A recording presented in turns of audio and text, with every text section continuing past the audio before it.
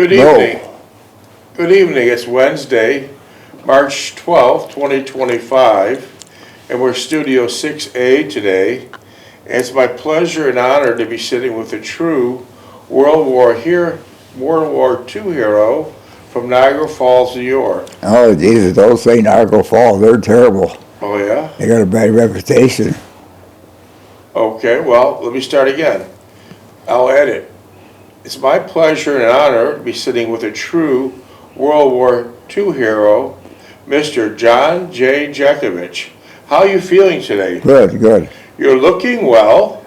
I heard you had a special visitor.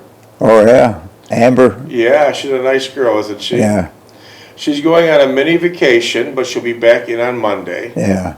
She's going to go on a little mini vacation, and you'll see her back on Monday. What a wonderful girl. She loves to travel, though, I can tell you that. So you're feeling pretty good today? Yeah, yeah. Did you have a nice time with Amber? Oh, yeah. Always do have a nice time with yeah. that. She's a true gem. She's a true gem. Amber is Mr. Jeckovich's great-granddaughter, Amber Nicole Jeckovich. She's an avid surfer. She lives on the ocean. She can roll out of her bed and be in the sand. But she's not only an avid surfer, she's a full-time missionary. Wherever she's going to go, she preaches the word of the Lord, and she travels. She's been all around the world. She just got back from the Bahama, Barbados, Martinique. 3 months she spent in Malibu, California, surfing just before the fires. So it was great luck. But spends lots of time in Puerto Rico, but also in Australia. The summers are now, so she'll be spending their time surfing. So she's a wonderful girl, and she sends out a great message to everybody. She's a great little girl. So you're having a nice day, Oh, yeah. Mr. Jeckovich? Yeah. I'll open up your book. We're on the second chapter, and that chapter is titled Books, Girls, and Police. And I'll need your dog tag number. 42965. Yes, that's the passcode for the laptop, and that'll open it up. Do you want to read a few pages? Yeah, go ahead, go ahead, go ahead. I have a lot of text messages, questions for you. Do you feel up? Oh, yeah, let's get it in, yeah. Okay, let me do a couple pages of reading. Mr. Jeckovich was from Company H, the 2nd Battalion of the 291st Regiment of the 75th Infantry Division of the U.S. Army during World War II. Mr. Jeckovich believes in the motto, yesterday is history, tomorrow is a mystery, and today is a gift. Mr. Jeckovich is a highly decorated World War II soldier in combat, heavy artillery, and Heavy artillery? what did you say it was? Heavy weapons. Excuse me, I'm corrected. Heavy weapons, and primarily with a heavy-duty machine gun that needed a squad to care for, and which was water-cooled. Water-cooled. Mr. Jeckovich during World War II received the Purple Heart Bronze Stars and about 4 or 5 other medals. Mr. Jeckovich during World War II, he was shot by a sniper in the shoulder. He got trench foot, frostbite. How about this? Your frostbite still bothers you? Yeah, it was bothering me last night. I lost a hip. He lost a hip. He got hit by a dirty bomb. A dirty bomb is when the Nazis would put like nuts and bolts in the bomb, razor blade, old tools, so it does maximum damage when it explodes over your head. He was shot up, beat up, stabbed, trench foot, and frostbite. A lot of things we learned from World War II we still use today. For example, when Mr. Jeckovich was in the Battle of the Bulge, it took place in the Ardennes forest. It was the coldest winter of record, wind chill 30-40. Were you dressed properly? No. Why not? We're still in our khakis. Was not dressed properly. Many people died of frostbite. Many people lost noses, hands, and fingers Mr. Jeckovich didn't lose his foot, but he still suffers from it. But we learned this, if it's a cold winter this year in many states that have skiing, if you start to get signs of frostbite, don't run right into the lodge in front of the fireplace. Here's what we learned. Make a snowball, rub it on the area that's infected by frostbite. That'll get the blood circulating.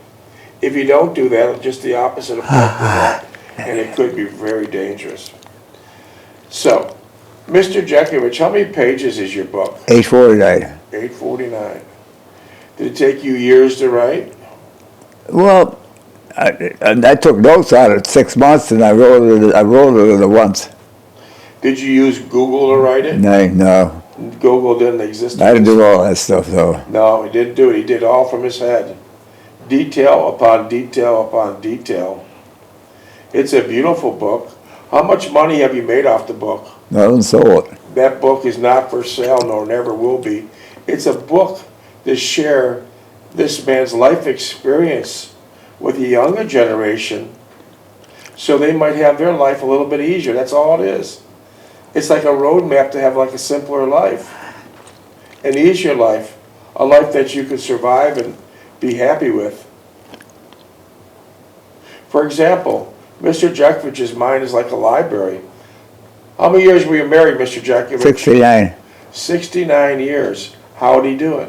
I'm doing good, very good. Very good. I had a loving wife. I had a loving, caring wife. Beautiful wife, Delphine Stulak from Hamburg, Buffalo, New York area. Before Mr. Jeckovich became engaged to Delphine Stulak, he went into the Roman Catholic Basilica in Lackawanna, New York. And he asked her for her hand in marriage. She accepted, and then they walked up to the altar of the basilica. And he said a very short prayer asking the Lord to give him a long and happy marriage. That prayer was answered, wasn't it? What? That prayer of a long and happy marriage was answered, was it? Yeah, 69 years. 69 years. Well, she passed away. Yeah, but 69 up to her death. Yeah. Mr. Jeckovich is knocking on the door this year of 100 years old. He was born in 1925. This year, 2025, he'll be 100 years old and he's in excellent condition, bar none. He's in excellent condition, knocking on the door of 100 years old. Wow. That's amazing. That truly is amazing. Why do you think you had such a clean life? What do you talk about your longevity? How did it come your way? Genes. Genes? All the genes, all what you come out with. Genes. But what other things did you do besides genes? Pardon? Besides genes? Well, you can't smoke or drink or live a crazy life. Can't take dope or nothing. How long did you jog for? 80 years? 80 years. Did you never, Mr. Jeckovich never took a prescription or a vitamin? No. And he believes he's got two doctors, his left leg and his right leg. That means keep moving. Keep moving, never stop. Keep on adding jobs and things you got to do. Many people retire at 55, and by 56, they're gone. Yeah. They're gone. You got to keep moving. You got to keep learning. You got to keep moving, and you got to keep learning. Simple as that. It's just that simple. So, let me put just a couple pages under our belt, and then we'll go to the questions. Mr. Jeckovich, you lived your whole life in Niagara Falls, New York, primarily. Yeah. Don't mention Niagara Falls now. Why not? Why can't I Well, it's mention got a bad reputation now. It's terrible. It's the dump. It's a dump, yeah. Yeah. How was it when you were born? Oh, beautiful. Nice Beautiful. Stuff. Yeah. An interesting fact, let me ask you this. You say that Niagara Falls, New York, is a dump. It's like a living ghetto. Yeah. Half a mile away is Niagara Falls, Canada. What do you think of that? That's all really different. Yeah. It's like Disney. Yeah. It's so beautiful. Clean. It's so beautiful. Well organized. It's so beautiful. Well, the mafia's out of Niagara Falls. So the mafia ran into the ground. Yeah. That's a shame. But yeah, the greed will finally choke them if it hasn't already choked them by now. What do you think about Trump trying to make Canada our 51st? Oh, he'll never do it. The Canadians won't go with that nonsense. This guy's overboard half the time. I agree with you. He goes over his Canadian head. people have a great love of their flag. They ain't got enough. This will never take place. Yeah. They love their country. And look how clean their country is. Yeah. What do we want to do? Turn in Niagara Falls, Ontario? Like Niagara Falls, New York? Yeah. It's a shithole, right? Yeah. Well, yeah. That's what he wants. That's what he wants us to get into. Would you ever think seriously about moving into your old house? No, my old house? 363 Orleans. Oh, no, that place is probably torn down and everything. Would you fear for your life living in that area? Would I feel for my life? Would you fear for your life of all the crime? It's like the highest. No, I wouldn't feel for a crime. Well, there's a lot of crime going on in there because the country, that city's not controlled It's like anymore. one of the highest crime rate towns Yeah, in New York. shootings and killings, and then you got a lot of blacks in there too. Yeah, there's a lot of dope. Yeah. Wow. So the whole town's gone. Huh? The whole town is gone. Yeah. It's shot. Yeah.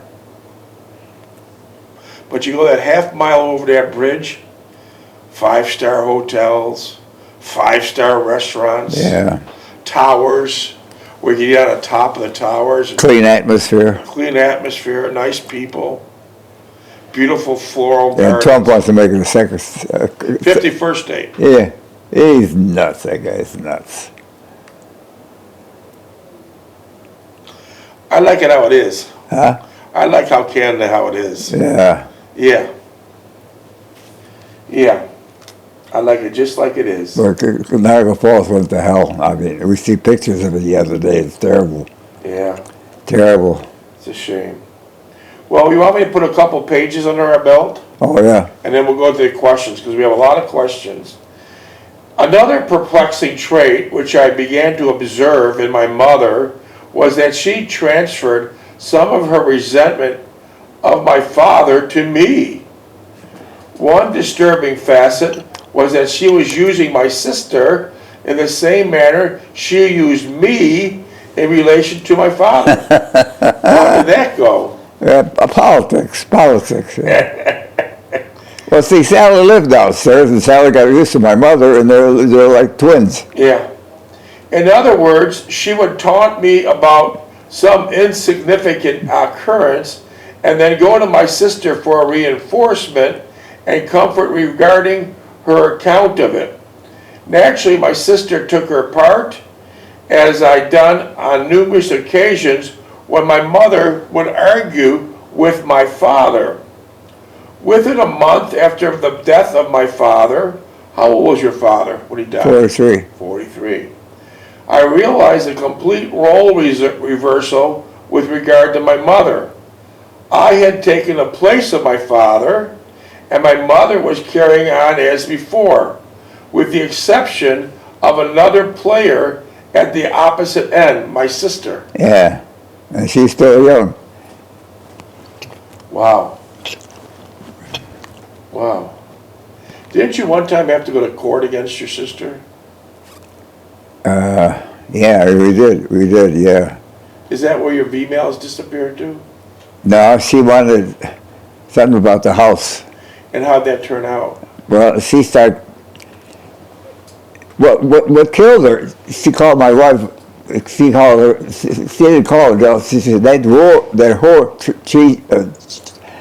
twisted my mother's mind, and the judge said, we're stopping that right now. This is done. Go on, get out, I don't want to hear The this. judge threw her out? Yeah. Yeah. That was such an untrue statement.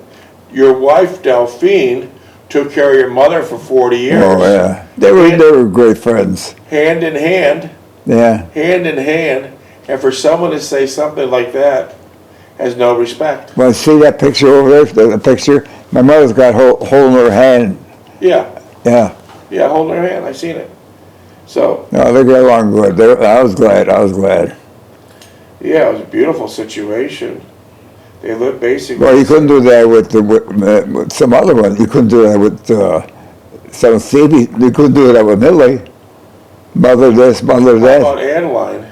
No, you could never do it. Oh, not Adeline, no. No. Well, let's see.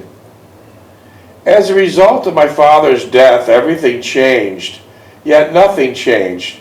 My mother shifted her actions onto me, and my sister replaced me as a recipient of all that hostility. I had been exploited by my father and manipulated by my mother, a hard lesson to comprehend at such an early age.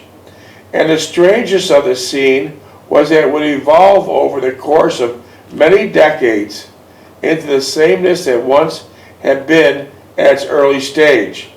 I could not break the pattern as much as I tried, yet still know all that I encompassed. Call it family responsibilities, stupidity, or even lack of character or integrity. To look out for one's self-interest was self-evident. My own self-interest was always secondary to my family's interest.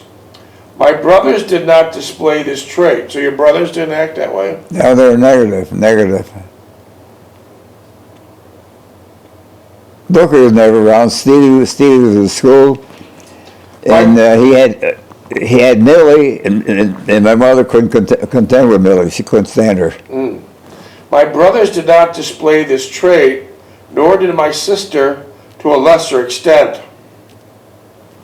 Steve was self-centered. He came first, whether it was a new bike, birthday party, scout camping trips, or to leave home for school. There was no apprehension on his part whatsoever.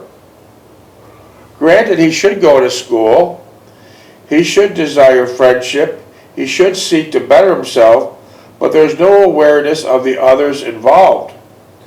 He would and should do it, period.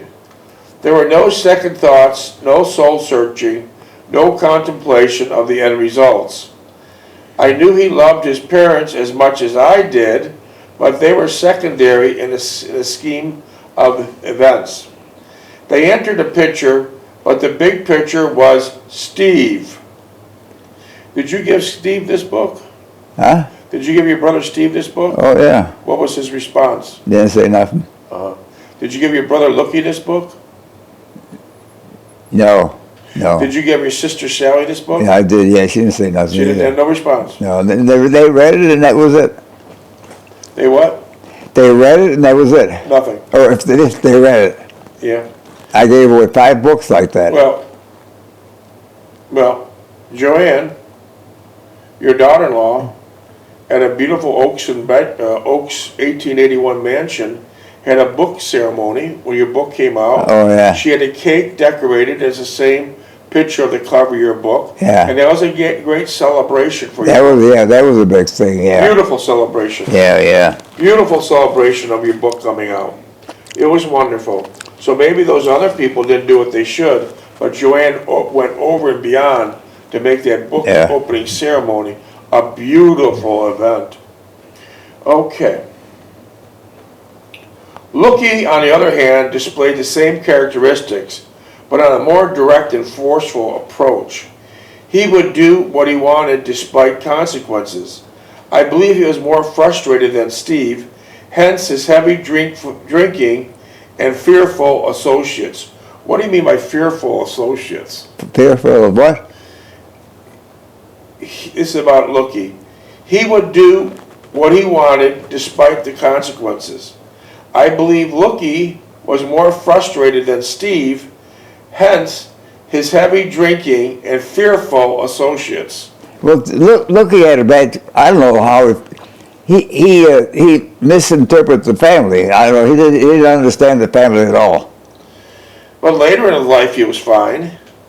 Well, after we matured, yeah. But he was terrible to begin with. He was sarcastic and he wouldn't talk. He was belligerent. Had a bad attitude. Well, I think what I remember, he turned out to be a great father. From what I remember. Right.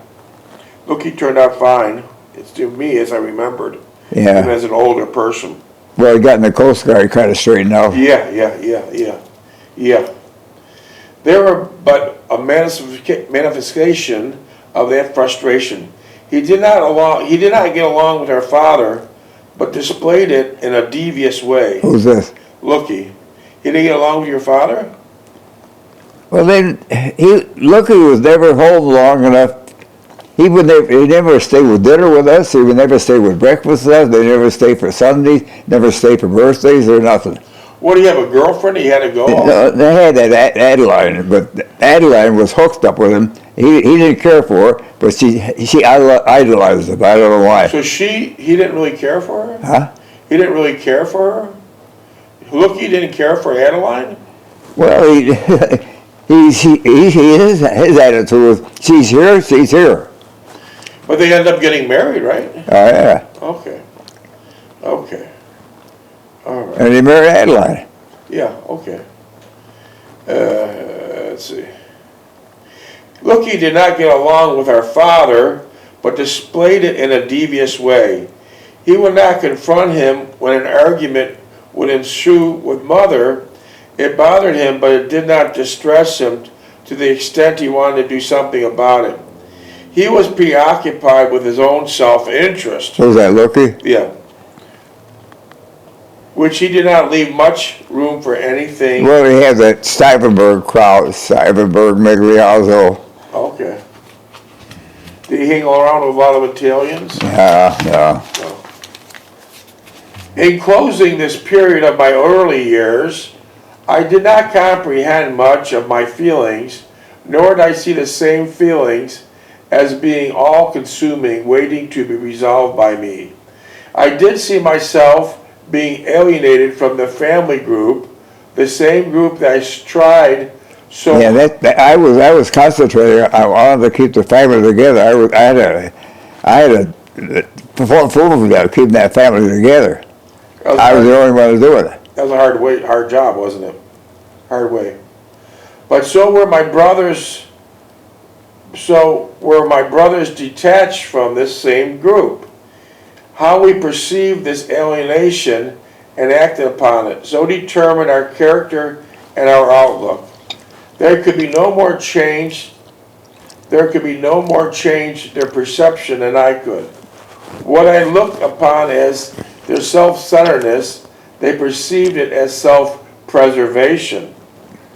I was more affected by my brother's entry into college than I was about my father's death. Your brother's entry? What was that? Say it again. He said, I was more affected by my brother Steve's entry into college than I was by my father's death. Well, my father was after the guy at work that got Steve into Cornell. Yeah, I heard that he. And Steve didn't want to go. I heard he owned Carborundum, and he had a big mansion where you and your dad worked at. Yeah. And I heard that he also got your father and a mother a job at Carborundum. Yeah, because my mother and my father worked there, yeah. Well, and then he would give my father a lot of outside jobs too. Yeah. And I would out there help him. Yeah. I was more affected by my brother's entry into college than I was by my father's death. My father's death was thrust upon me by my mother's assertion that I was to blame for his death. How could that be? I was to blame for his death. That's totally untrue. I was not there when he needed my assistance. This was a statement as saying that my mother was there for my father when he ever needed her. As the years went by, it was no closer to being resolved than I brought it to the first light during my school years. So, minutes please.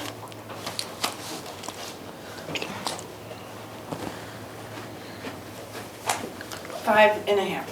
Do you feel like answering any questions? No. You have questions, yeah. Some are off the wall because they come from all around the world and different walks of life. So if you don't feel like answering, don't. Mr. Jeckovich, you're knocking on the door of 100. What was your favorite way to stay in shape? Staying in shape? Yeah. Well, I thank the Lord I had a good system in me. I had a good genes in me, and then I didn't smoke, I didn't drink, I didn't fool around, and I ran. You jogged for 80 years. Yeah. Very good. Do you think happiness is a choice? Happiness? No, it's got to be volunteer. Okay.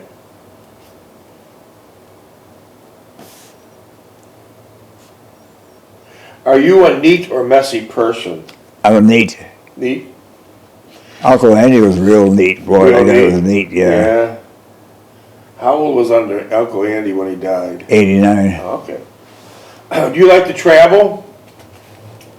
No, I don't think so. No. Okay.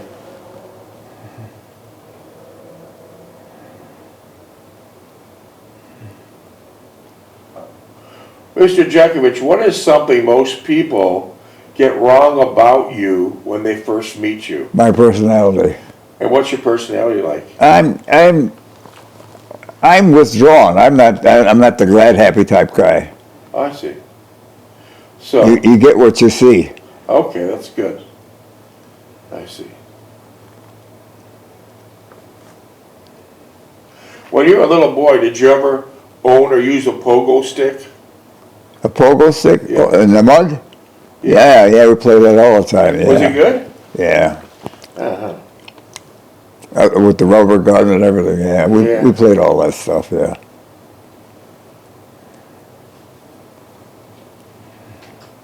What was your favorite ice cream? Ice cream, vanilla, How about maple walnut? or maple walnut, probably the second. Yeah. Okay. Have you ever sailed a boat? Sail a boat? No. Have you ever ridden a horse? No. I was in the army for about 5 minutes. Would you be interested in riding a horse again? No. They're way up there. They're way up there. Yeah. Do you prefer, Mr. Jeckovich, do you prefer male or female singers' voices? But male or singers' voices? Yeah. I like them both. If they're good, if they're qualified, I like them both. Uh-huh. What singer do you remember? I remember Vaughn Monroe. Let's see, that other singer.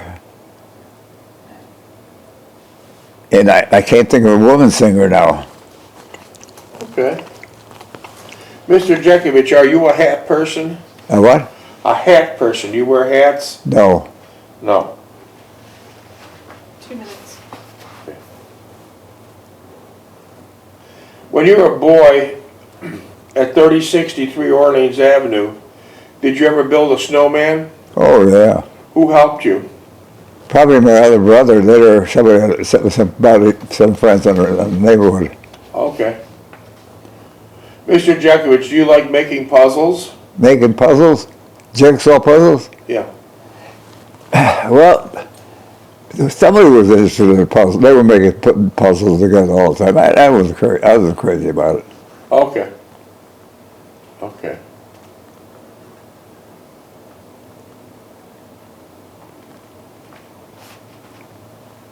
When you were a boy, since you lived in a very nice section of Niagara Falls, New York, there was lots of woods.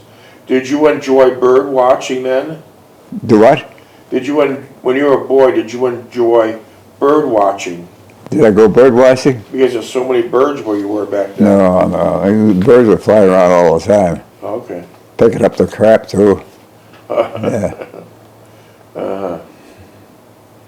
Mr. Jeckovich, what is the meaning of life? What is the meaning of life? Yeah. That's a big puzzle. They're trying to figure that out for centuries. You think they'll ever figure it out? No. I see. Are you a positive person? Positive? Yeah. To a point, yeah, I'm positive, yeah. 30. I don't wishy-washy. So not sure you're a positive person then? Yeah. Wow. 20. Wow. Well, I think we have another one in the books. What would you like to do now, Mr. Jeckovich? Put it on Trump, huh? Okay, because What time you got? the studio ends. Well, it's early yet, it's early. So what would you like me to do, Mr. Jeckovich? Huh?